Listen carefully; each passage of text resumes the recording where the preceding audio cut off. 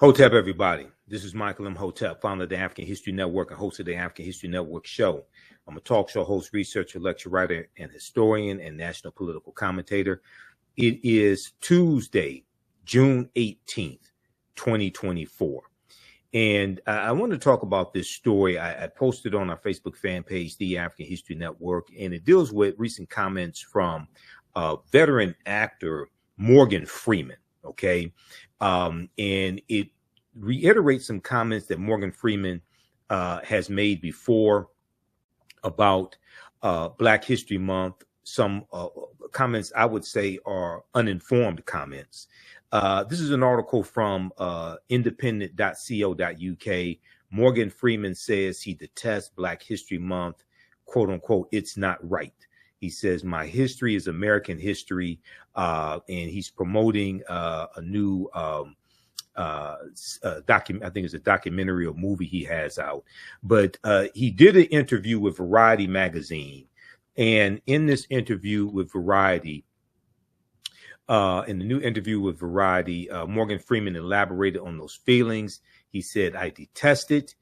He said of Black History Month, he said, quote, the mere idea of it, you are going to give me the shortest month in a year. Are you going to celebrate my history? This whole idea makes my teeth itch. It's not right, end quote. He added, my history is American history. It's the one thing in this world I am interested in, beyond making money, having a good time, and getting enough sleep, end quote. Okay. He's currently promoting The Gray House, a Civil War era historical drama he produced along with Kevin Costner. All right. So, yes, he's interested in history, and he did a series on the History Channel as well, dealing with African Americans in history. But he's grossly wrong about Black History Month, African American History Month, which was created in 1926 by Dr. Carter G. Woodson, okay, who co-founded the Association for the Study of African American Life and History, September 9th, 1915. So these comments here are similar to comments Morgan Freeman made in 2006 in an interview with Mike Wallace for 60 Minutes.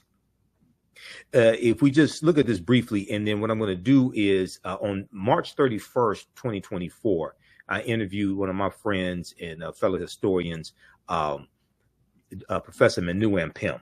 Okay. And Professor Manu Ampim, we talked about a number of different topics. And the main topic was dealing with a history of African civilizations. But we also talked about Dr. Carter G. Woodson, in the father of Black history, and we talked about African American History Month, Black History Month, and Dr. Woodson's work dealing with African history also. Okay, so I'm going to play that interview next for you, an excerpt of that interview what we did with Dr. Carter G. Woodson. But there's a total misunderstanding of this history. First of all, Black History Month was never designed to be the only time of the year we celebrate our history. Okay. And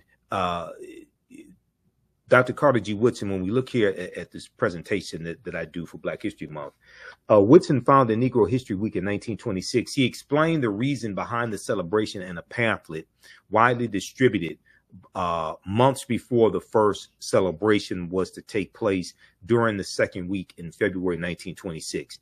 The reason why the month of February was chosen, okay, and we created Negro History Week, African American History Month. We created this. White people did not give us this, okay? The reason why the month of February was chosen is not because it's the shortest month of the year. It's not because it's the coldest month of the year. It's because the second week in February contains the birth dates of Frederick Douglass, which is February 14th. That's the assumed birth date for Frederick Douglass, because he was a former slave and he didn't know the exact date of his birth or the exact year of his birth. It was either 1817 or 1818, he thought. And also February 12th is the birth date of Abraham Lincoln. Okay, so After Frederick Douglass dies in 1895, we're going to have celebrations in the African American community celebrating Frederick Douglass' birthday. And after Lincoln is assassinated, April 1865, we're going to have celebrations celebrating Abraham Lincoln's birthday as well. Okay. Because of the Civil War is going to lead to the African slaves being freed. The Civil War was not fought to free the slaves. It was fought to bring the South back into the Union, but it's going to lead to the slaves being freed. So because you already had these celebrations taking place in the African American community during the second week of February, Dr. Carter G. Woodson inserted his new monthly cultural or weekly, his new cultural celebration during that same period of time. It had nothing to do with it being the shortest month of the year. Okay. And if you just need to have 30 days to celebrate Black History Month, so you feel like a full human being or something like this, you can still celebrate March 1st and March 2nd. Okay, it's not against the law to continue to celebrate March 1st and March 2nd if you just have to have 30 days. But Dr. Woodson exclaimed that Blacks knew practically nothing about their history. Okay, African Americans knew practically nothing about their history. He ultimately believed that African Americans could benefit immensely from knowledge of their past and accomplishments of their ancestors. He added that race prejudice was the byproduct of whites' belief that Black people had not contributed anything of worth to world civilization. All right. And Dr. Woodson wrote a number of books. Miseducation of the Negro in 1933 was his most popular book, but he also wrote African Background Outlined as well. He wrote books dealing with the history of Africa also. Dr. Woodson argued that if the historical record was set straight, that if the history of Black people were studied along with the achievements of others in schools, not only would Black youth develop a sense of pride and self-worth, but racism would also be abolished. Dr. Woodson, so contrary to popular belief, Black History Month was never designed to be the only time of the year we study our history or celebrate our history. Okay. Dr. Woodson said that the history of African Americans had to be taught year round. Negro History Week was the first major achievement in popularizing Black history and was unique in that it focused on Black youth. Okay. It wasn't only for African American youth, but it focused on Black youth. Woodson realized that the miseducation of Black people began in their homes, communities, and elementary schools. Dr. Woodson's vision of Negro History Week was optimistic, strategic, and long-term. Optimistic, strategic, and long-term. He wanted the modest week-long celebration to serve as a stepping stone toward the gradual introduction of Black history into the curricula of all levels of the U.S. educational system. Okay. And he said that teachers needed to diligently prepare for the celebration months in advance as well. And he said Negro History Week should be a demonstration of what has been done in the study of the Negro during the year, and at the same time as a demonstration of greater things to be accomplished. He said this was in his instruction to school teachers. Okay. He said that a subject which receives attention 1 week out of the 36 will not mean much to anyone. Read Dr. Peril Dagbovi's fantastic book on Dr. Carter G. Woodson called Carter G. Woodson in Washington, D.C., the father of Black history. Okay, so there's a lot of just gross, total misunderstanding of African American History Month. And in the segment from the interview I did with historian Professor Manu Ampim, professor at Contra Costa College, Professor Manu Ampim talks about moving to African Heritage Month as well. And he talks about how a lot of African Americans are afraid of embracing African culture, African history. And he also has criticisms for ASALH Today, Association for the Study of African American Life and History, which is the organization that Dr. Carter G. Woodson co-founded September 9th, 1915. Before we go to the excerpt of the interview I did with Professor Manu and Ampim, I want to remind you, visit our website, AfricanHistoryNetwork.com, AfricanHistoryNetwork.com, and register for the online history classes that I teach on the weekend. And we have our Juneteenth, my latest lecture here as well, dealing with the real history Juneteenth. That's in digital download and on DVD format. But Saturdays, I teach ancient Kemet, the Moors, and the Ma'afa, understanding the transatlantic slave trade, what they didn't teach you in school. We deal with thousands of years of history and what leads up to the transatlantic slave trade taking place. So the next classes for that are June 22nd and June 29th, 4 p.m. Eastern Standard Time. Click right here to register for that. We have our class lesson plan here that you could read and actually download. We deal with thousands of years of history and what leads up to the transatlantic slave trade taking place. And Sunday, June 23rd, my new class starts up, 10-week online history course, Black resistance movements from the Haitian Revolution, U.S. Civil War, Civil Rights Movement, Black Power Movement, 1800 to 1968. That class is on sale, $80. Register for that. You can register for both classes in the course bundle. It's on sale right now, $120 for the course bundle. But this is a fantastic class, and we look at history from 1800 through 1968, 1970 to see what leads up to the Civil War taking place, what happens after the Civil War ends, the Reconstruction era, Jim Crow era, what leads the laws and policies put in place to lead us to where we are today, to understand where we need to go from here. Now, we do the sessions live. All the sessions are archived and recorded. You can go back and watch it anytime. Even after the course is over with, you can go back and watch the entire course, okay? So visit our website, AfricanHistoryNetwork.com. The content is PG-13, so you could use this content with our children. Also, I have other lectures that I've done there as well in DVD format and digital download format at our website, AfricanHistoryNetwork.com. And you can support the African History Network, $, the AHN Show, through Cash App, $, the AHN Show through Cash App, and through PayPal, paypal.me/the AHN Show.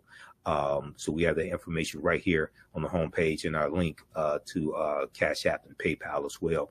And information about the African History Network show, Sundays, 9 p.m. to 11 p.m. Eastern Standard Time. Here's the interview, an excerpt of the interview I did March 31st, 2024 with historian Professor Manu Ampim. So when you talk about Dr. Carter G. Woodson in your book as well, and you in the broadcast that you did December 15th, 2023, you talked about how Dr. Carter G. Woodson is left out of the conversation dealing with African history, African culture, things of this nature. But his last two books dealt with African history. He had African history background, and then he was working on another one. But he also had a book on African folklore, African myths and folklore as well. Talk about Dr. Carter G. Woodson, who most of us know, co-founded the Association for the Study of Negro Life and History, September 9th, 1915. Created Negro History Week, second week in February 1926. Talk about his research in Africa, dealing with African history and culture. Yeah, that's one of the most important developments in the 20th century regarding African civilizations. Carter G. Woodson is very much omitted without justification from the focus and discussion on bringing African civilizations to the forefront.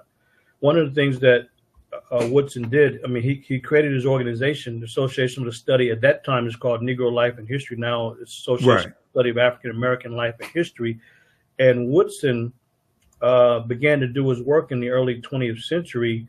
And when Woodson was around up until when he passed in 1950, his focus was increasingly on African civilizations. But from the time that Woodson led the charge to make the focus on history of Black people front and center, when he created the week in the second week of February 1926, Africa had always been a central component for Woodson. So and he's left out.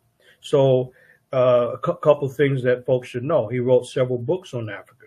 You mentioned Right. African myths and folk tales. That was one. The last two books he wrote was African Heroes and Heroines, and the last book is the African Background Outline. That was Right. the last two books. Not only that, but the last three articles written by the great scholar who passed in 1950. The Right. last three articles written by Woodson was a article series simply called Egypt, a 3-part series, and it was called Egypt because for Woodson, the mission was to bring back the missing pages, the missing chapters, and the missing volumes of the Black contribution to U.S. and world history. So for Woodson, this was unacceptable that Black people had been written out of the story of U.S. and world history and contributions. So for him, it was to establish our humanity. So when Woodson is focusing on in his essays and his books and his presentations to his organization, when he's arguing that there has to be the missing pages put back into the story, he's not just talking about the experience here in the U.S. He's looking at a global experience. When he says world history, he means just that. But so when Woodson was around, not only is he writing about African civilizations in his articles, his essays, and his books, but even the theme of the organization. You look at the organizational themes, and you see a number of themes during the lifetime of Woodson dealing specifically with Africa. Since that Right. time, the organization's moved away from Woodson's position on Africa. And the problem is that people don't even know. If they look at the journal the journal, now it's a Journal of African American Life and History, but the Journal of Negro History, Negro history. when that was founded in 1916, the very first issue is dealing with Africa. And not only that, but he has a team of writers who are focusing on Africa. So they from the very first issue of the journal, volume 1, number 1, there's several articles dealing with Africa, and they constantly did book reviews, and they're on Africa, not only from the first issue of the volume of the journal all the way through. But not only that, but even the bulletin. Later on, they created the bulletin of then it was called Bulletin of Negro History. Now it's a Bulletin of the Black History Bulletin. But in 1937, the very first issue, Woodson, as the editor, he has a big old picture of Africa on page 6, a big old picture on the very first issue. And in fact, all the way through, there is focus on Africa, and this gets left out of the scholarly discussion. And when scholars are looking at the Black history movement, they leave out Woodson and his unique focus on African civilizations. Like, for example, let me just give one example of what gets left out. So in March of 1939, the so-called Negro History Bulletin, which was designed and focused on for teachers, so that teachers can teach the students, this is what Woodson wrote. He says, sculpture reached its first, sorry, let me go to the title. The title is The Negro in Art, From Africa to America. And this is the March 1939 issue, volume 2, number 6. And this is what Woodson writes. He says, sculpture reached its first high level in ancient times under the Egyptians. The Sphinx near the pyramids of Giza, the temple at Luxor, the rock temple at Abu Simbel, and the obelisk show the greatness of Egyptian architecture and sculpture.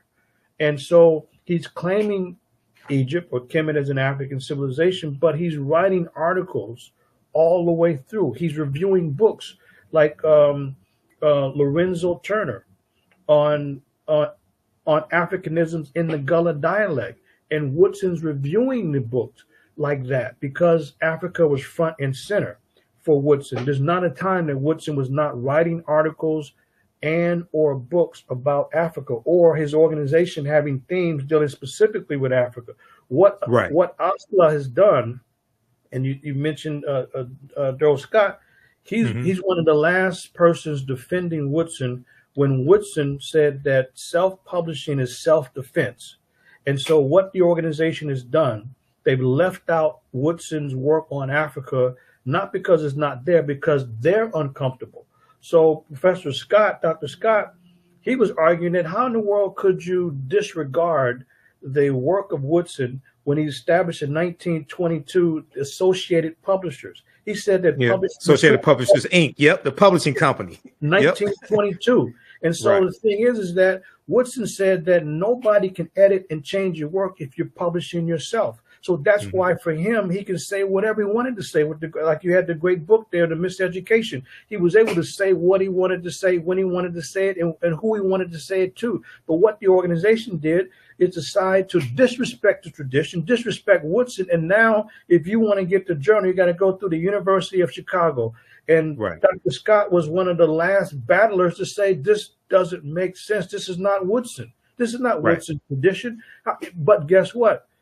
Those folks are the one, and they may be listening. So what? Challenge the evidence. They're the ones uncomfortable with Africa. That's why they. I get that impression. I get that impression that many of them are uncomfortable with Africa. They're uncomfortable with Africa, and that's why they would rather give up independence against Woodson's position and give the publication to the University of Chicago. So, folks, if you want to get the Journal of what's now called a Journal of African American History, or get the back issues of the Journal of Negro History, you got to go through the big mainstream institution, University of Chicago Press, and not through the Association for the Study of African American Life and History, because those professionals who have the money and resources to remain independent, but they don't have the orientation. So they disrespect Woodson and they disrespect his tradition. There's no defense to it. So kudos to the guest you had on, because Brother Dr. Scott. Daryl Scott, he's one of the last ones fighting to try to keep a respectful focus on Woodson's vision. So not only has the organization give up the independent publishing apparatus, but they've abandoned Africa. And you look at the theme. Now everything is African American. There's nothing wrong with that. But look, Brother Michael, here's how we do it in the Woodson tradition. And I have some of the themes. Go ahead, keep talking, because we got some of the themes. Because there's been a theme. There's been an annual theme for Black History Month, Negro History Week, African American History Month since 1928.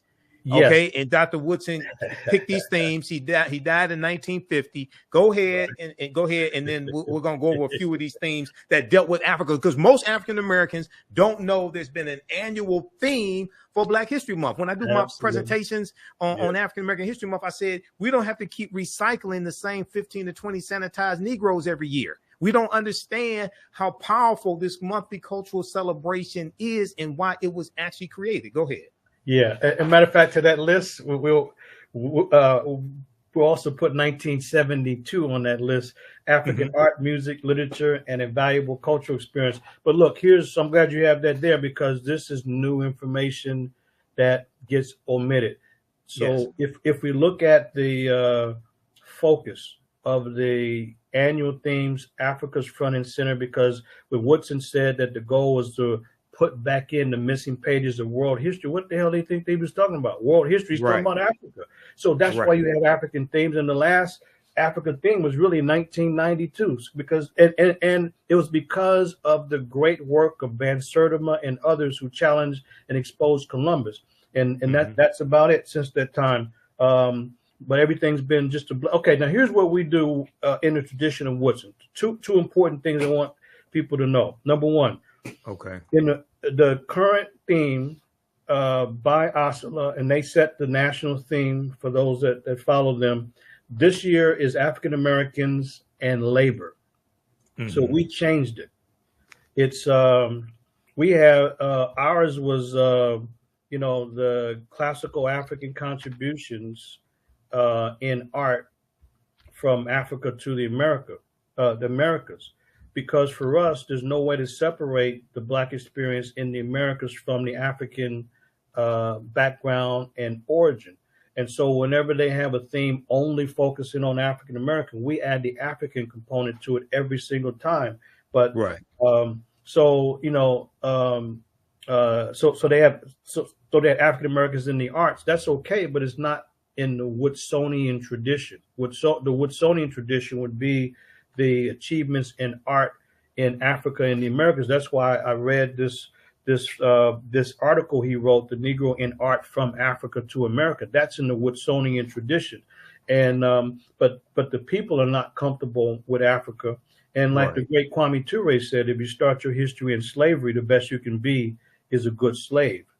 And that's what we're dealing with now. We have people that have disrespected Woodson, and they have only focused on African American because that's what they're comfortable with. So that's one issue to be aware of. The other issue is that it should be properly called. If we're following Woodson's direction and his leadership and his insight, it should be called African Heritage Month, because that's what we're focusing on, African heritage. When people say Black History Month, to them, it means to focus on issues of struggle, of how Black people overcome slavery, escape slavery, or how they got their ass kicked by the police or something like that. Right. And what Woodson was concerned about after the celebration was founded in 1926, if we see Woodson in the 1930s, he's criticizing at that time what was being done, always talking about something negative in Black people. He said, look, we have to assert our humanity. We have to look at Black contributions, achievements, and contributions in the world, and not always associate Black people with a problem. This is why Woodson focused on it as a celebration. And he's embracing Africa. They had plays, they had all kind of skits, plays, all kind of things, important information about contributions, because Woodson understood that we had to assert our humanity and use at least some time of the year to focus on our unique achievements, accomplishments, and contributions in the world. And this is why he continues to embrace Africa. So as he's learning more, he's writing more about it. But what's happened is that people are more and more, they're uncomfortable with Africa. They leave out Woodson's focus on Africa. So when they say Black History Month, it means really, as some of us would say, it's a Negro version where you're only dealing with safe folks who are only, you can only talk about them if they're fighting against slavery or during the civil rights or human rights era, which are great struggles, but it's very limited in scope. And so African Heritage Month means that we have to embrace Africa as we look at the overall Black contributions. This is why at our college, we've always had themes that associate the celebration. That's what we have with Africa and our experience in the Americas. And we tell folks that we do not endorse all of the negativity you all want to bring in February, because this is a chance for us to assert our humanity. So it should be African Heritage Month as a reminder that Africa must be the foundation for our perspective. But those that are dealing with Black History Month, most of that is negative. Like, for example, I saw a flyer, somebody shared something with me that somebody had a Black History Month event, and all I saw was a fashion show and some drinking. So what the hell is this? This is a Black History Month event. You know what I mean? Because it ain't got nothing to do with Africa, and it's got nothing to do with contributions to humanity. So, Brother Michael, what's important is that we reteach and re-educate even the informed community, the so-called, whatever they call it, the conscious community, to shift. Because this is the only way in which we can take back the focus created by Woodson and separate it from all this craziness, and make sure that we define it as African Heritage Month and force people to have positive events that embrace our unique contributions to humanity, which I lay out in my book. I have a whole section on these contributions in math, medicine, architecture, social organization, medicine, you name it. And these contributions must be front and center. And this is what the concern was of Woodson, as he was criticizing those folks that only focused on problems and not the contributions of Black people. Excellent, excellent. And the name of Professor Manu Ampim's book again, is A History of African Civilizations. This is the second revised edition, A History of African Civilizations. You can get it at his website, advancingtheresearch.org, advancingtheresearch.org. We have it up here on the screen. We're going to put the link again here in the thread of the broadcast. Please support this brother. Order his book today. This is great reading material, great material to use with your children. I'm going to pull this back up, this slide I have, because this is a slide from my African American History Month presentations. And this is research I did years ago. If we just look at some of the themes, now there's been an annual theme since 1928. And if you go to Asala's website, asala.org, asalh.org, they have all the themes going back to 1928, annual themes. 1928, Civilization, a World Achievement. 1933, Ethiopia Meets Era in Truth. 1935, The Negro Achievements in Africa.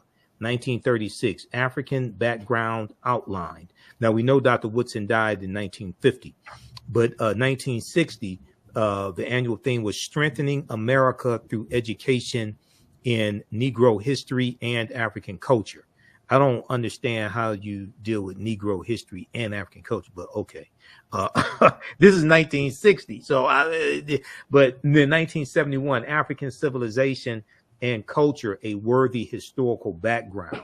And then we know let me see, I have a Sala's website up here right now. We know in, let's see, 1992, you talked about African Roots, Experience New Worlds, Pre-Columbus to Spatial Exploration. So that was the 500-year commemoration of Columbus setting sail on his first voyage. 1987, Afro-Americans and the Constitution from colonial times to the present, etc. Go ahead and talk about that for a minute. Then I have the article that I was looking for from the New York Times that talks about Brazil and South America. Yeah, these themes, it clearly shows Woodson's consistent and well-rounded focus on Africa. And as you mentioned, he passed in 1950. So when the themes continued in 1960, 1971, 1972, it's because these are people that was still around, that he was mentoring and influenced. But as time has gone on, they've separated. I'm talking about the organization from Woodson's focus on Africa, and the community and the public has fallen into this, unfortunately, of separating Woodson from Africa and separating his scholarship from Africa, because Woodson more and more was focusing on Egypt, Ethiopia. I mean, I can read so many different articles and statements that he made about Ethiopia as the forerunner of Kemet. He says that Ethiopia, which came first, it was the forerunner. And his book, Ethiopia and Kush, Abyssinia, the grandmother. Yes. Mm-hmm. He's talking about that, and he's mentioning in his book, the Negro in Our History. This is when, in 1922, this is when he starts to focus on this. And the Negro in Our History, this was the definitive textbook for decades until John Hope Franklin wrote his book. But before John Hope Franklin's book, From Slavery to Freedom, Woodson's book, the Negro in Our History, was the standard text. And so every aspect of his work, including the organization, you see it through the themes. You see Woodson's influence on Africa. But Brother Michael, we would never know that today if you read and listen to these scholars today. It ain't that the evidence is hard to find. Like you say, anybody can go to Oslo's website and see the themes and see the other publications. It's not difficult, but of course, now you got to go to the University of Chicago. You can get some of these early volumes and get the articles on. So this is why it was important for me in the second revised edition.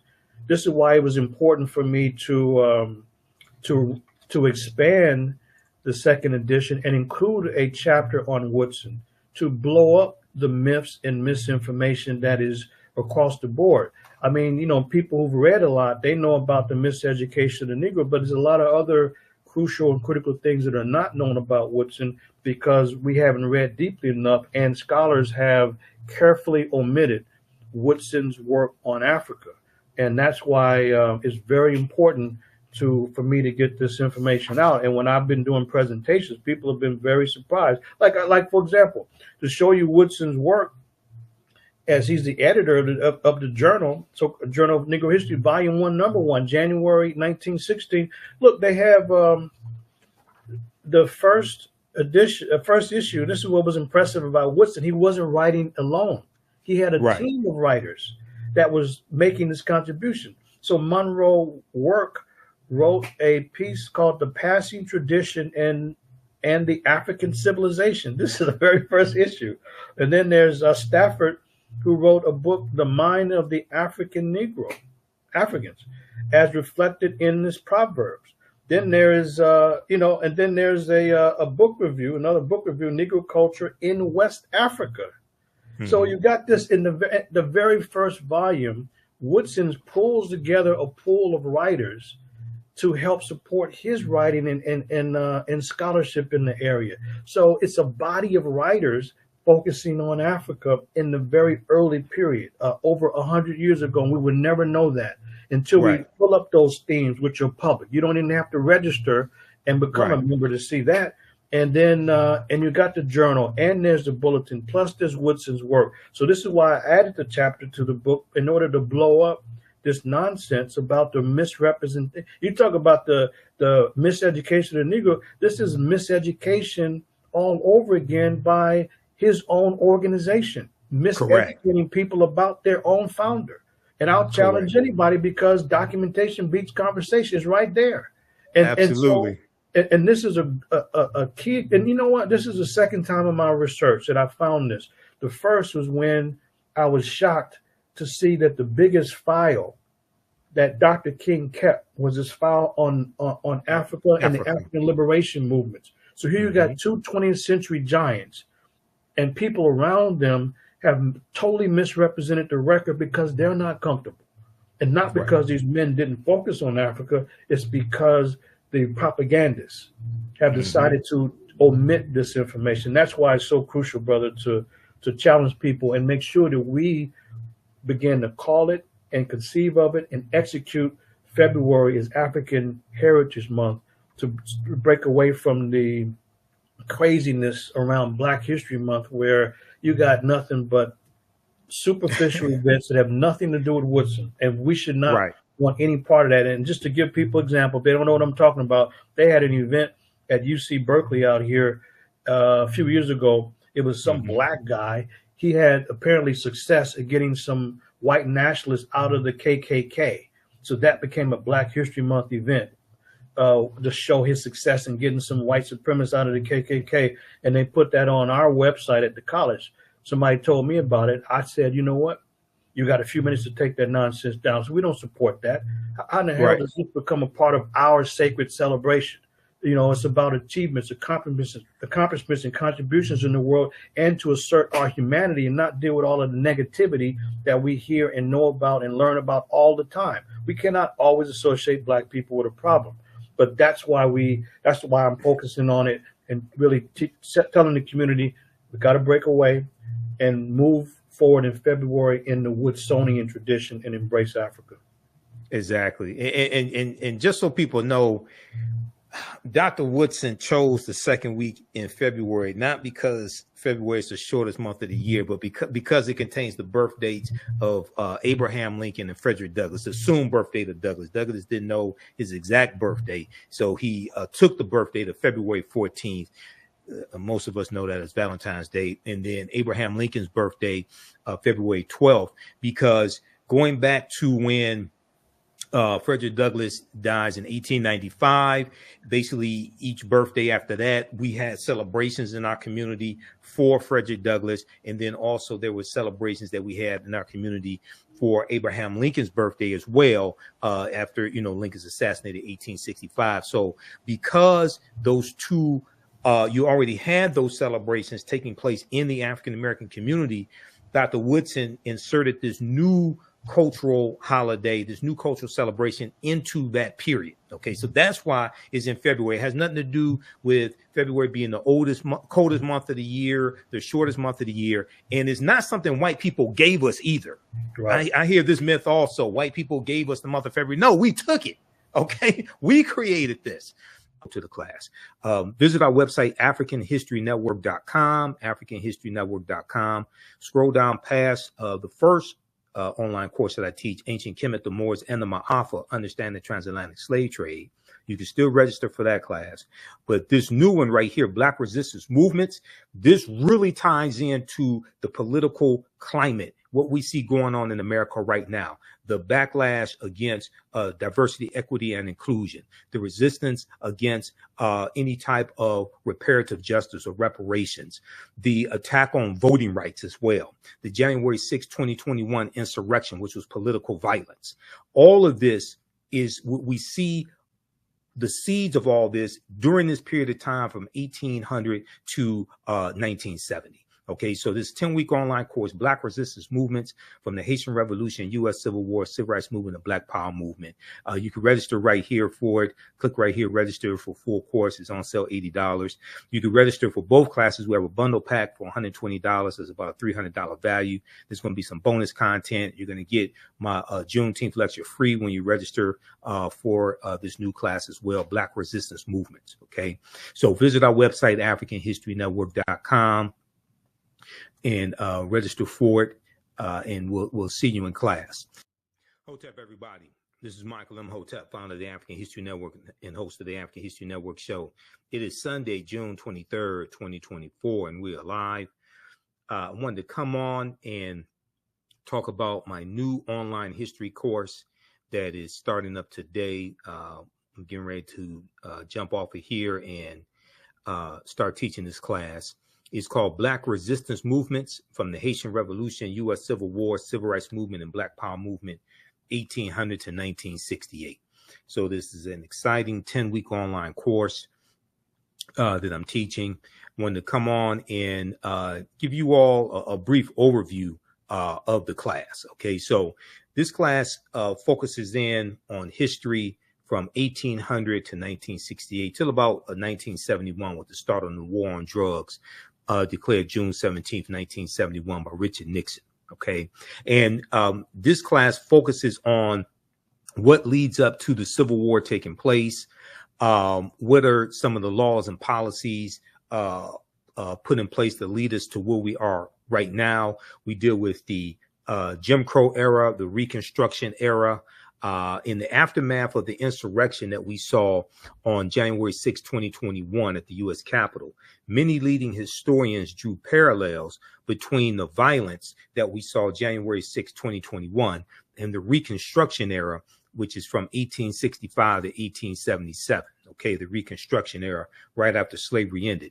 The period of political revolution directly following the American Civil War. This was the Reconstruction era, and is going to be partly because of political violence that brings about an end to the Reconstruction era. And we also know that we have the Compromise of 1877 as well, where Rutherford B. Hayes is declared president, the Republican, and he agrees to the Democrats' demands to remove the Union troops out of the South. Okay. Now, this 10-week online history course will analyze U.S. history primarily from the African-American perspective, beginning in the period 1800 to 1865. But one of the things that we're going to highlight in this class is Black resistance and how we fought back to white supremacy and racism. Okay.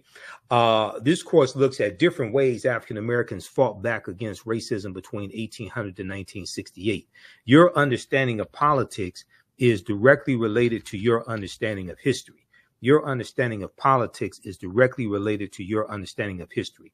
We'll analyze U.S. history primarily from the African American perspective, beginning with the Haitian Revolution, which is 1791 to 1804, and the Louisiana Purchase of 1803, because the Louisiana Purchase of 1803 and the Haitian Revolution, those two events are related.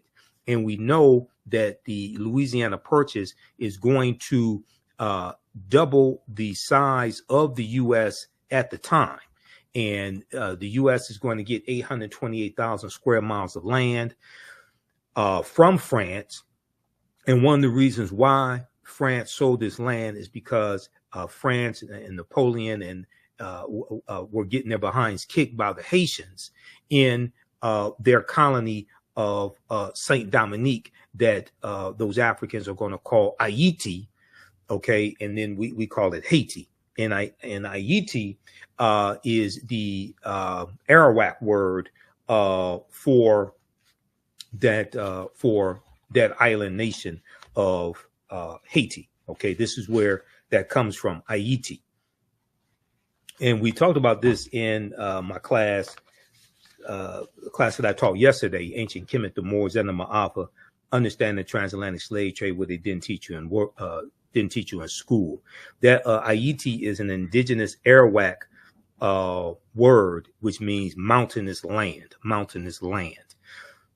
So we're going to deal with this history, and then you could trace that history of the island of Hispaniola, or what Christopher Columbus called La Isla Española, the Spanish island, and the word is anglicized to Hispaniola. And the island of Hispaniola is where you have the Dominican Republic and the Spanish colony of Santo Domingo, which the French take over that Spanish colony of Santo Domingo in 1697 and call it Saint Dominique, and that's where Haiti is today. Okay, so when we look at this history, even though we're looking at history from 1800 to 1968, we can trace this history back to the Moors going into the Iberian Peninsula, today known as Spain and Portugal, in 711 AD, and what happens after that. Because we know it's August 3rd, 1492, that Columbus set sail on the Nina, the Pinta, and the Santa Maria, and he's financed by Spain and King Ferdinand and Queen Isabella. We know on August 2nd, 1492, Spain expels the Sephardim, the Sephardic Jews, and we know on January 2nd, 1492, during the Spanish-Grenadian Wars, the Moors lose control of their last stronghold in Spain, which was Grenada. Okay, so we see a chronology of all of this history. And then we see the Louisiana Purchase, which doubles the territory of the United States. The U.S. is going to carve out about 15 states out of that land they get from France. And France did not legally own that land. This is stolen land they got from Native Americans as well as African people who were already here as well. And we know from reading Dr. David Imhotep's book, The First Americans Were Africans, Documented Evidence, we know African people were here in this land we call the United States of America, going back at least 51,700 years ago. Okay, so, this is already a given. Okay, so what we're going to see here in this class is a chronology of this history and what leads to the U.S. Civil War taking place.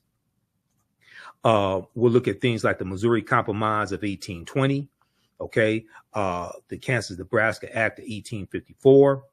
And after we look at the Mexican-American War, 1846 to 1848. And after the Civil War ends with the, General Robert E. Lee surrenders to General Ulysses S. Grant at Appomattox Courthouse in Virginia, April 9th, 1865. And then you have June 19th, 1865, Juneteenth. But as we will look at in this class, we know that the Emancipation Proclamation did not free the slaves. Okay, the Emancipation Proclamation did not free the slaves. We know that the border states of Maryland, Missouri, Kentucky, and Delaware, they were all exempt from General Order Number 3. Okay, delivered by Major General Gordon Granger. And, we just commemorated Juneteenth, and we should celebrate Juneteenth. But as you saw in the videos from my presentations for Juneteenth 2024, I said that we have to protect the history of Juneteenth and correct the history of Juneteenth. And June 19th, 1865, when those enslaved Africans in Galveston, Texas, got the word that they were freed, that was not the last day of slavery, because Kentucky and Delaware did not abolish slavery until December 18th, 1865. And that is when the 13th Amendment was adopted. We know that when Georgia ratifies the 13th Amendment, December 6, 1865, Georgia becomes the 27th state to ratify the 13th Amendment, and it becomes law, and it's adopted December 18th. So Kentucky and Delaware did not abolish slavery until 6 months after Juneteenth. So how could Juneteenth be the last day of slavery? Okay, so what a lot of these reports that you hear in the media are basically false about Juneteenth. Okay, so we go through and we look at some of these original documents. We look at the U.S. Constitution, Emancipation Proclamation, things of this nature. And the Reconstruction era is a very, very important period of history that's not talked about a lot in schools. Okay, and Americans, number one, are very ignorant of history, but Americans know very little about the Reconstruction era as well. You can register for this class because I'm going to jump off here and jump into the class. class right now at our online school and start teaching the intro to the class. Visit our website, AfricanHistoryNetwork.com, AfricanHistoryNetwork.com. Scroll down past the first online course that I teach, Ancient Kemet, the Moors, and the Ma'afa, Understand the Transatlantic Slave Trade. You can still register for that class. But this new one right here, Black Resistance Movements, this really ties into the political climate, what we see going on in America right now, the backlash against diversity, equity, and inclusion, the resistance against any type of reparative justice or reparations, the attack on voting rights as well, the January 6, 2021 insurrection, which was political violence. All of this is what we see. The seeds of all this during this period of time from 1800 to 1970. Okay, so this 10-week online course, Black Resistance Movements from the Haitian Revolution, U.S. Civil War, Civil Rights Movement, and Black Power Movement. You can register right here for it. Click right here, register for full course. It's on sale, $80. You can register for both classes. We have a bundle pack for $120. It's about a $300 value. There's going to be some bonus content. You're going to get my Juneteenth lecture free when you register for this new class as well, Black Resistance Movements. Okay, so visit our website, AfricanHistoryNetwork.com. and register for it, and we'll see you in class. I want to go back to this PowerPoint presentation. These are some of the actual slides from the class. There are 80 to 100 articles that we look at in this course, and there are numerous slides that I put together for this class as well. There's 2 binders full of articles that I teach, because it's really close to about 100 articles that we look at here.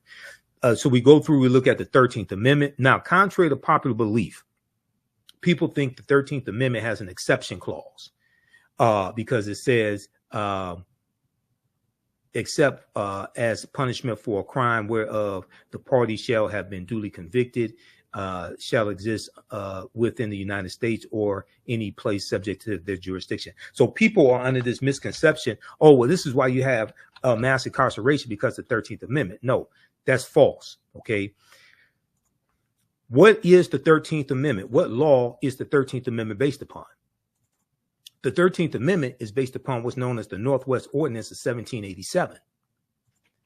The Northwest Ordinance of 1787 dealt with the Northwest Territory.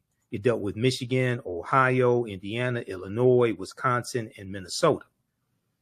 The Northwest Territory is one of the main reasons why the Northwest Ordinance, I should say, the Northwest Ordinance of 1787 is one of the main reasons why places like Michigan, where I live, had very low levels of slavery, because the Northwest Ordinance basically abolishes slavery in the Northwest Territory. And when I did my presentation for the Detroit Reparations Task Force on March 2nd, 2024, some of you all have seen the video of that lecture because I've been rebroadcasting it on my social media platforms. I talk about the Northwest Ordinance there, officially titled An Ordinance for the Government of the Territory of the United States, Northwest of the River Ohio. The Northwest Ordinance was adopted on July 13, 1787 by the Confederation Congress. Okay, this is the same Congress. This is who drafts the U.S. Constitution. Okay, in 1787 at the Philadelphia Convention, the Confederation Congress, the one house legislature operating under the Articles of the Confederation. So the Northwest Ordinance chartered a government for the Northwest Territory, provided a method for admitting new states to the Union from the territory, and listed a Bill of Rights guaranteed in the territory. And one of the things that it did was basically forbade slavery. A Bill of Rights protecting religious freedom, the right to a writ of habeas corpus, that means having your day in court before, being convicted, the benefit of a trial by jury, and other individual rights. In addition, the accordance encouraged education and forbade slavery. So this is why, like in 1832, Michigan had in 1830, the U.S. Census showed Michigan only had 32 slaves. In 1773, we know Detroit had 73 slaves. Okay, but after that, in 1787, you're going to see a drastic decline in the number of slaves that the Michigan Territory has, and then Michigan becomes a state in the Union in 1837, and it gets admitted to the Union as a free state. So this is why I said that the people that, even though slavery did exist in Michigan, there was very low levels of it. And also many of the numbers that you see talking about the number of slaves in Michigan, that also included Native American slaves. And at one point, Native American slaves outnumbered African slaves 3-1. So this is why when we talk about reparative justice, we have to specifically understand the history of the city or state that we're talking about. We can't just run around talking about slavery, slavery, slavery. You owe us $17 trillion. That's not going to work. Yeah, I mean, go watch my presentation. I got deep into this. Okay, so so we go through and take you throughout history. We look at the Reconstruction era, right? The Reconstruction era is not talked about a lot in schools. And there was a excellent article from time.com, Time magazine, that I use in the class. And it deals with how schools are not teaching about the Reconstruction era. And the Reconstruction era is extremely important to understand because it helps us better to contextualize what is taking place right now. What is taking place right now? The attack on critical race theory, okay? The banning of books that are taking place, especially books dealing with the history of slavery and the civil rights movement, things of this nature. And then you have the initiative to reshape the federal bench, the federal courts, and the U.S. Supreme Court into an ultra-conservative court as well. So we see all this continuation, all these political fights, things like this coming from the Reconstruction era and going into the Jim Crow era.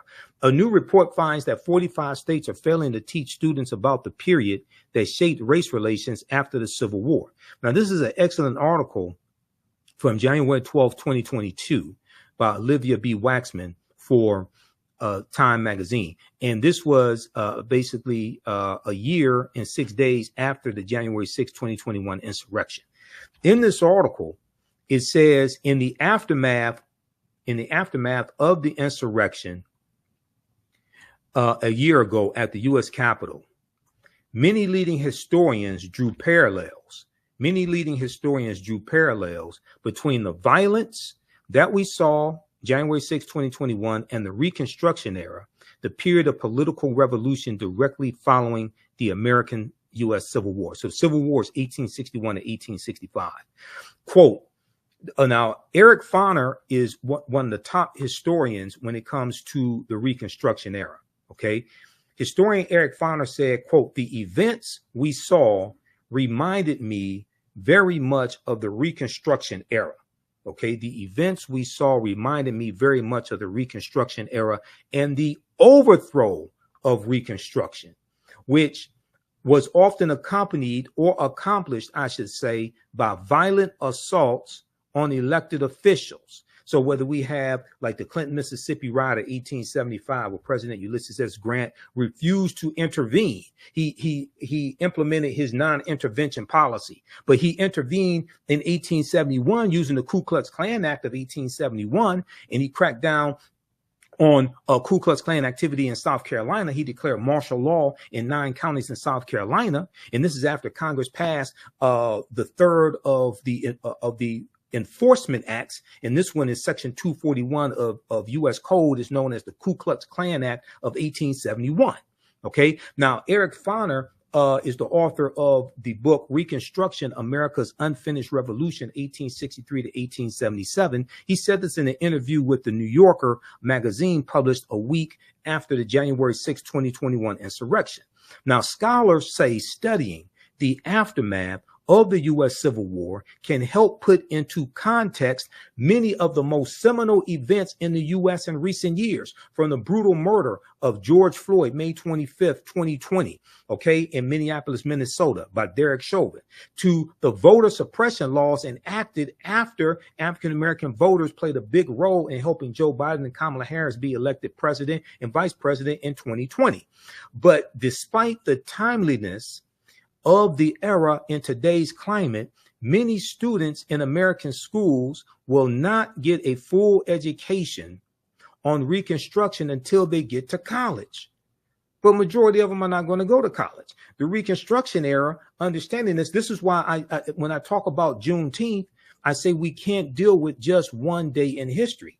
Juneteenth leads you to the Reconstruction era, 1865 to 1877. It leads you to the Civil Rights Act of 1866, which allows African Americans to enter into legal contracts and negotiate wages. And it's the Civil Rights Act of 1866 that's being used against us now in these anti-diversity, equity, and inclusion lawsuits that white conservative Ed Bloom is filing. He filed it against the Fearless Fund, the African American women who give out grants to businesses of women of color. And Ed Bloom is saying that they're discriminating against white business owners. It played a part also when we deal with the affirmative action being overturned in college admissions. That was Ed Bloom, conservative activist Ed Bloom, who filed that lawsuit once again. So one of these Reconstruction laws and the 1866 Civil Rights Act, that was the foundation of the 14th Amendment of 1868. Now you have these white supremacists using these laws against us that were created for us. And this is why we have to understand this history and understand, and your understanding of politics is directly related to your understanding of history. Okay. And this is why I say we have to practice political self-defense. Understanding how these laws and policies impact African Americans, impact our economic condition, how to weaponize our vote, how to fight back against these people, take them out of power, vote them out of office, and understanding how to protect gains that have already been made. If you don't understand history, you don't understand the gains that have been made. The attack on voting rights, Senate Bill 201, okay, coming out of Georgia. That's very similar to the attack on voting rights, African-American voting rights that we saw at the Mississippi State Constitution, the Mississippi State Convention in 1890, okay, shortly after Reconstruction ends. And they're rewriting the Mississippi State Constitution to oppose poll taxes and literacy tests, to suppress, it was specifically designed to suppress the African-American vote. There's an excellent article from the Washington Post called The Mississippi Plan to Keep Blacks from Voting in 1890. Quote, "We came here to exclude the Negro," end quote. Now, that quote, "We came here to exclude the Negro," is a direct quote from Solomon Saladin Calhoun, who was the white county judge who presided over the Mississippi State Convention. And he said, "Let's tell the truth. If it bursts the bottom of the universe, we came here to exclude the Negro. Nothing short of this will answer." Because African Americans were the majority of the population in Mississippi, and we were the majority of the voters. Okay. So they're trying to take back power. They imposed, the delegates eventually adopted a literacy test and a poll tax geared to suppress the black vote in a state with a black majority. The Mississippi Plan became the model throughout the South, part of a raft of racially oppressive Jim Crow laws that ended Reconstruction. What you're going to see is other states adopt similar laws. South Carolina, 1895, Louisiana, 1898, Alabama, 1901. You're going to see Georgia, Oklahoma. It's the same thing that happened after Senate Bill 201 passed. Okay. Out of Georgia, other states, especially many of these former Confederate states, they started passing similar bills. Okay. And what are they doing? They're cracking down on mail-in ballots, okay? And they're trying to find ways to suppress the votes of African Americans, Latinos, Asian Americans, white college students as well. It's not just targeting African Americans. We are the main target, though, because we have historically been targeted because there has always been a fear of African American political power in this country. Read the article from motherjones.com. Now, you know, I'm a national political commentator. You see me on Roland Martin Unfiltered every Friday. You see me on the African History Network show. I just did Attorney Areva Martin show this week as well, this past week. You know, she's a CNN legal analyst, Areva Martin. So I was on her radio show on 1580 AM KBLA out of Southern California, which is Tavis Smiley's radio station. I did the Carl Nelson show on WOLB Baltimore, Radio 1. I did his show on Monday, June 17th. We dealt with Juneteenth history and politics and the 2024 presidential election, etc. Look at this article right here, May 13th, 2021. Leaked video, Dark Money Group brags about writing GOP voter suppression bill across the country. Quote, we did it quickly and we did it quietly, end quote, said the executive director of Heritage Action. Now, this is an excellent article that I use in my classes. This is written by Ari Berman and Nick Sergey. Ari Berman used to write for thenation.com. And during the 2016 presidential election, Ari Berman wrote a series of articles dealing with the voter suppression that was taking place during the 2016 presidential campaign. And he has one article that deals with how there are 868 fewer polling places to vote at in the 2016 campaign. That's a direct result of Shelby County versus Holder, U.S. Supreme Court case of 2013, which gutted Section 5 of the 1965 Voting Rights Act. Well, the reason why you needed the 1965 Voting Rights Act is because of what happened in Mississippi in 1890 at the Mississippi State Convention. And what happened in Florida in 1889 when Florida was the first state to have poll taxes, and what happened in South Carolina and Georgia and Alabama when they rewrote their state constitutions. This is why you needed the 1965 Voting Rights Act. And you've had white supremacists who've been trying to weaken the 1965 Voting Rights Act or revoke it altogether, basically since it was implemented. So quickly here, when we look at this piece from Mother Jones, okay, how many of you all know this? Senate Bill 201 was crafted by Heritage Action for America. Here's what happened. In a private meeting last month with big money donors, the head of a top conservative group boasted, I want everybody to see this. We're going to zoom in on this. The head of a top conservative group boasted that her outfit had crafted the new voter suppression law in Georgia and was doing the same with similar bills for Republican state legislators across the country. They did it with Senate Bill 201 in Georgia, and they did it with other similar bills in Republican state legislators across the country. Quote, in some cases, we actually draft them for them, end quote, she said, or we have a sentinel on our behalf, give them the model legislation so it has that grassroots from the bottom up type of vibe, end quote. The Georgia law had, quote, 8 key provisions that Heritage recommended. Jessica Anderson, the executive director of Heritage Action for America, a sister organization to the Heritage Foundation, told the foundation's donors at an April 22nd gathering in Tucson, Arizona, in a recording obtained by the watchdog group documented and shared with Mother Jones. Those included policies severely restricting mail ballot drop boxes, preventing election officials from sending absentee ballot request forms to voters, making it easier for partisan workers to monitor the polls, preventing the collection of mail ballots, and restricting the ability of counties to accept donations from nonprofit groups seeking to aid in election administration. Okay, now this law was signed into law by Georgia Governor Brian Kemp, and when he signed it, he was in a room with all white men. And he's sitting down at the desk, and above him is a painting of a slave plantation. Go research this when they did this. Okay. But check this out. It gets deeper.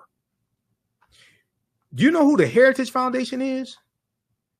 The Heritage Foundation is an ultra right wing conservative think tank. And they're the ones who engineered Project 2025. The Heritage Foundation. Have you heard about Project 2025? All of this stuff, all the history and politics is connected. This is what we deal with in this class. This is why I had to create this class, because the first course that I teach, Ancient Kemet, the Moors, and the Ma'afa, Understanding the Transatlantic Slave Trade. So we deal with history going back thousands of years and deal with what leads up to the transatlantic slave trade. And we deal with the transatlantic slave trade like globally, and then deal with it here in the U.S. And, you know, we leave off like in the early 1800s. But I realized that crucial period of time from 1800 to 1970 or so, we really have to focus in to understand what happened during that period of time, because that puts us on a direct trajectory to where we are today, especially the collapse of Reconstruction and then going into the Jim Crow era. We look at the Lily White movement in 1928, which was the effort of Republicans to push African Americans out of the Republican Party, going back to 1928, when Republicans appealed to Southern segregationist Democrats in 5 former Confederate states to get them to vote for Herbert Hoover, who was the 1928 Republican candidate for president, and Herbert Hoover won. We know Herbert Hoover mishandled the Great Depression and loses to Franklin Roosevelt in the 1932 presidential election. Okay, so we get to see a chronology of all this history. But Project 2025, and you know, I talked about it when I was on Carl Nelson's show. We talked about it on. We've been talking about it on Roland Martin Unfiltered as well. But if you take a look at this, this is a 900 plus plan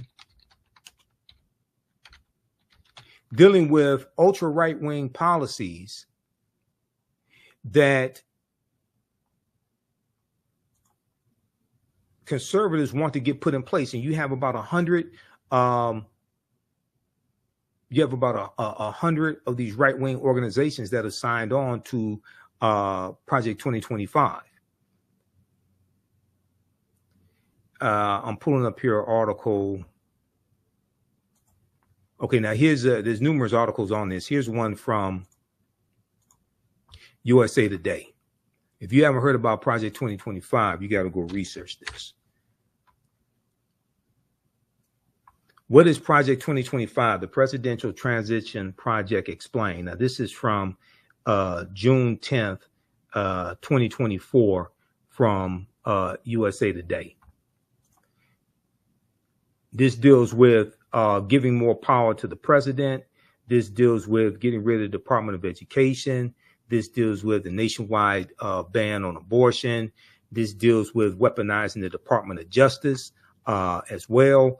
I mean, this stuff is deep. This deals with politicizing federal employees and getting rid of thousands of federal employees and implementing a loyalty pledge as well to be a federal employee. What is Project 2025? The Presidential Transition Project Explained.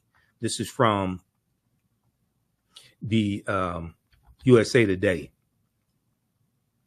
The detailed plan to dismantle and reconstruct the government laid out by conservative groups known as the 2025 Presidential Transition Project has critics up in arms over its apocalyptic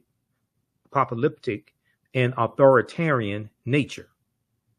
The Heritage Foundation, a conservative think tank in Washington, D.C., led an effort to create the more than 900-page Mandate for Leadership published in April 2023. So this is the type of planning these people are doing. Reimagining the executive branch, and presented a plan to overhaul several government agencies, including the FBI, for the country's next conservative president to follow. Now, the Heritage Foundation did something similar in 1980 with their Mandate for Leadership. And and that was a book in 1980 that contained 2,000 policies they wanted the Reagan administration to adopt. The Reagan administration adopted 60% of those policies in the first administration of Ronald Reagan, And these were a lot of anti-African American policies. These policies calling for smaller government, attacking poverty programs, all different types of negative things like this. According to the project's website, the playbook provides a governing agenda and a lineup of people ready to implement it to, quote, rescue the country from the grip of the radical left. Rescue the country from the grip of the radical left. It includes a domestic and foreign policy agenda, a list of personnel, training, and a 180-day playbook. Read the rest of this here, dealing with Project 2025. Okay, there are numerous articles on this, and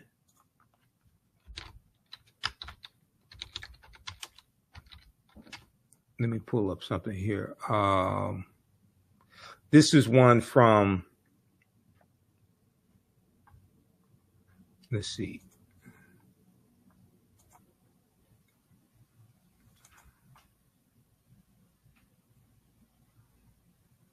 This is one from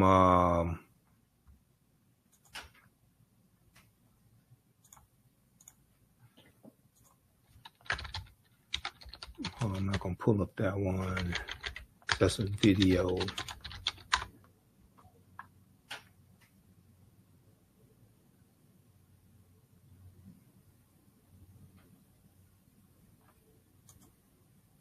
This is one from Newsweek.com. Now, this is the ex-Republican National Committee chair. This is Michael Steele, who's African-American. And he's confronting, so on the weekend on MSNBC, co-hosted by Michael Steele, they just had the guy who's the head of the Heritage Foundation on the show. They had him on this weekend. It was Saturday. They had him on Saturday, June 22nd. Ex-RNC chair confronts Republican on Project 2025 plan to gut government, 2024. Michael Steele, former chairman of the Republican National Committee, confronted Kevin Roberts, president of the Heritage Foundation, on Saturday over Project 2025, a plan that includes firing up to 50,000 federal government workers. A plan that includes firing up to 50,000 federal government workers. Now, African Americans make up 18.4% of the 370,000 federal employees. So when you talk about firing 50,000 federal government workers, you're talking about firing a lot of African Americans. In August 2023, conservative think tank, the Heritage Foundation, in collaboration with other right-leaning groups, published its Project 2025. According to its official website, the project aims to pave the way for an effective conservative administration by using a policy agenda, personnel, training, and a 180-day playbook should the GOP win the 2024 election, should Donald Trump win. This is what they're saying. Proposals include reintroducing legislation making it easier to fire federal employees, prosecution for distributing abortion pills by mail, and abolishing recently established diversity, equity, and inclusion DEI initiatives at the Department of Defense. However, one of the most significant proposals is a plan to reintroduce Schedule F, a Trump-era executive order rescinded by President Joe Biden. Okay, research Schedule F. The Schedule F employees, rescinded by President Joe Biden, that would see tens of thousands of federal workers reclassified, making them easier to fire. Once again, African Americans are 18.4% of federal employees. While the Trump campaign has previously said outside groups do not speak for the former president, Project 2025's 1,000-page proposal was drafted with input from a long list of former Trump administration officials who are poised to fill top ranks of a potential new administration, according to the Associated Press. Newsweek has reached out to Trump's campaign via email for comment. Now, during Saturday's MSNBC's The Weekend, former RNC chair Michael Steele, who is African American and the co-host of the program, he discussed the specific proposal of replacing federal workers, asking Kevin Roberts, a Republican, and the head of the Heritage Foundation about who will be replacing them, Quote, talk to us about what that looks like if Heritage is calling for removing 50,000 federal employees. Who are you replacing them with, and where do they come from? I suspect a lot of those people you are talking about have been in the federal service for a long time and served not just Republican administrations, but also Democratic administrations, Michael Steele said. Kevin Roberts mentioned political contributions as he claimed federal workers contribute to the Democratic Party. See, what they want to do is they want to go through and weed out federal employees, and they only want federal employees who will be loyal to Donald Trump. And that's not how federal employees work. Federal employees are not loyal to a president. They are employees that serve the country. They stay there for 20, 30, 40 years. They serve many presidents. They're not there to serve a president. What I mean is they serve under many presidents. They're not there to serve a president. They're there to serve the country, but they work under many presidential administrations. They're not there to be loyal to one person. That's not how this works. Quote, they have, and 95% of them who give political contributions give them to the Democratic Party. Kevin Roberts said, the head of the Heritage Foundation, they can donate to whoever they want to. You can be a federal employee and make political donations. You have a right to do that. However, Michael Steele interjected and asked, quote, so you're going to fire someone because they wrote a check to a Democratic candidate? Kevin Roberts continued by doubling down on the efforts to replace civil servants, calling them unelected bureaucrats. Quote, now we're going to fire someone. He said, no, quote, no, we're going to fire someone, and the number needs to be more than 50,000 people, considering there are more than 2 million federal employees because of over the last century, the radical left has seen the administration state as the fourth branch of government.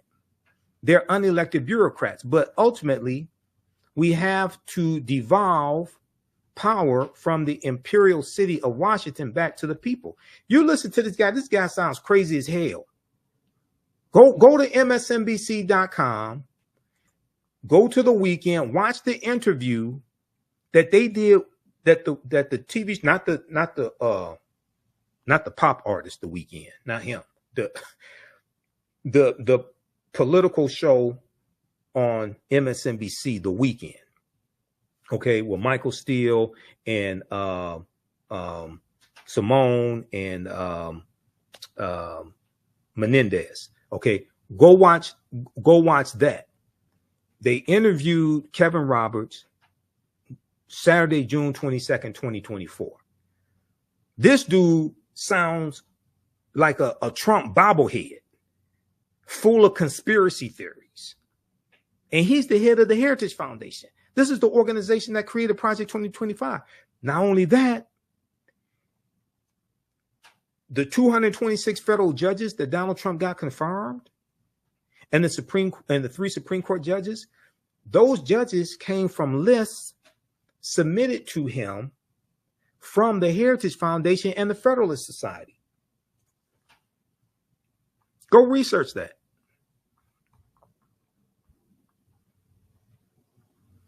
Okay, read the rest of this article here. This is how deep this is. Your understanding of politics is directly related to your understanding of history, because they both intersect.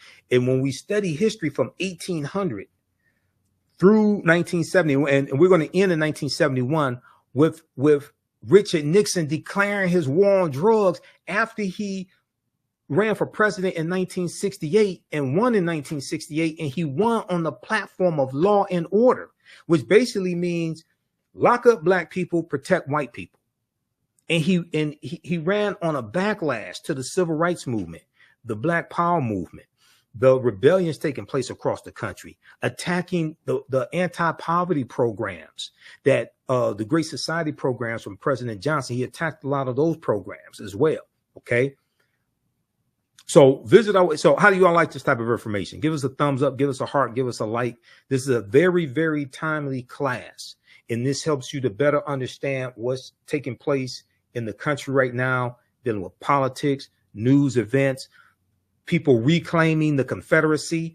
We just did a story on Roland Martin Unfiltered where 2 schools in Virginia just voted to rename the schools after Confederate heroes, because they changed the names of the schools in 2020 when you had a racial reckoning taking place in this country because of the killing of George Floyd. Now you see a recalibration. Now you see people trying to go back to the way it was because they want to hold on to white supremacy. You have a lot of people that want to hold on to the Confederacy. We're going to deal with the Confederacy in the class, but nations don't name schools and don't have monuments honoring traitors to that nation.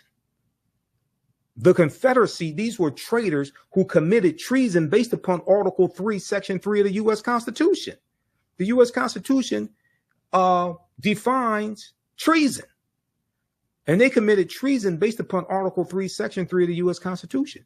Now, a minute ago, I talked about the Ku Klux Klan Act of 1871. Okay, it was actually passed in 1871, right? How many people know that Traitor-in-Chief Donald Trump is being criminally prosecuted right now by special counsel Jack Smith using Section 241 of the U.S. Criminal Code? And Section 241 is the Ku Klux Klan Act of 1871. It's actually 1871, not 1870. How many people know this? Read this article here, okay? And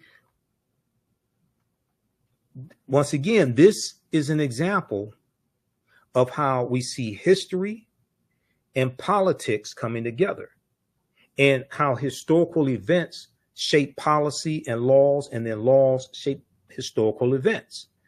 This all happened during the Reconstruction era, 1865 to 1877. Read this article from the Washington Post. Trump is charged under civil rights law used to prosecute KKK violence. Trump is charged under civil rights law used to prosecute KKK violence. The provision was originally adopted in 1870 and was intended to protect the newly codified rights of black citizens after the Civil War. Well, it was the U.S. Department of Justice that was actually prosecuting these Klansmen. And the U.S. Department of Justice was created in 1870 largely to enforce the new rights of African Americans. That's during Reconstruction. Now, how many people learned all this in school? Okay, how many of your children are learning this in school? So then, when you see, this is why if you see me on Roland Martin Unfiltered and on the African History Network show, I tell you the work that Kristen Clark is doing in the Civil Rights Division of the Department of Justice, the work that Merrick Garland is doing, because the prosecution, the investigation, number one, and the prosecution of the January 6, 2021 domestic terrorists, that is the largest investigation the U.S. Department of Justice has ever done since they were created in 1870. And one of the main reasons why those domestic terrorists attacked the U.S. Capitol is because 16.9 million African Americans voted for Joe Biden and Kamala Harris. And then the day before that attacked January 5th, 2021, you had the special election in Georgia, once again, Georgia, and Senator Raphael Warnock won his election. Okay, the African-American senator, he won his election. And John Ossoff, the Jewish candidate, Democrat, he won his election, which gave Democrats a slim majority in the Senate. So there was a lot of racial animus that was driving this hatred that we saw explode in Reconstruction-like era violence and them assaulting over 140 police officers. Yet Donald Trump says he loves police officers and he backs the blue. But he sat there for 187 minutes in the White House watching it on television and did absolutely nothing. He backed the blue until the coup. That's what happened. He backed the blue until the coup. All right, so visit our website. How do you all like this type of information? Who still needs to register for this online history course? I'm about to get out of here and jump into the class and start teaching this class. Visit our website, AfricanHistoryNetwork.com, AfricanHistoryNetwork.com. Scroll down. We have my new Juneteenth lecture there. It's a 3-hour lecture. If you register for this class, you're going to get the Juneteenth lecture in digital download format. Okay. But you can order it in DVD or digital download format. You can register for the first class I teach, Ancient Kemet, the Moors, and the Ma'afa, Understand the Transatlantic Slave Trade, what they didn't teach you in school. Now, we do the sessions live. All the sessions are archived and recorded. You can go back and watch these anytime. So even after the course is over with, you can still go back and watch the class. Okay. A year from now, 2 years from now, you'll still have full access and you can watch the class. This content is PG-13, so you can use this with your children. Okay, so it's not overly graphic. I don't do a lot of cursing or anything like that. And it's very visual. So there's articles that we reference, books that we reference. I show you usually the book references on the screen, so you don't have to buy any of the books if you don't want to. But register here. We're going to do a class introduction right now. I teach this at my online school, so you can register for this course. Click right here, register for full course at AfricanHistoryNetwork.com. We just posted a link here in the thread of the broadcast. You can also support the African History Network, $ the AHN show through Cash App and through PayPal, paypal.me/the AHN show. It helps us keep doing the research, stay on the air, keep broadcasting, pay some of the bills. This is our official Cash App account, $ the AHN show, SHOW. When you go to it, it'll say Michael. There's some like 5 or 6 fake African History Network Cash App accounts out there that I have identified, like these right here. Oh, and you can click on a Cash App link right here. Here's our QR code. Okay. And then here's our link for PayPal as well. This helps us keep doing the research, stay on the air, keep broadcasting, pay some of the bills, finance our Sunday night show, the African History Network show. I usually do that Sundays, 9 p.m. to 11 p.m. Eastern Standard Time on our social media platforms as well. All right, we have to get out of here. Hopefully you learned a lot today. You can email me through the website if you have any questions, AfricanHistoryNetwork.com. We'll see you in class. Remember, right now is correct wrong behavior. What you do for yourself, what you do to yourself, and what you allow other people to do to you and get away with is based upon what you think about yourself. What you think about yourself is based upon what you have been taught about yourself. What you've been taught about yourself is based upon everything you've read, heard, and seen about yourself. So when you control the radius of a man or woman's thoughts, you can control the circumference of his or her actions, because the mind can't do or teach what it doesn't know. And your understanding of politics is directly related to your understanding of history. Okay, so we'll see you in class. Listen to the African History Network show. And Wakanda, right now is correct wrong behavior. It's not over till we win. Wakanda forever.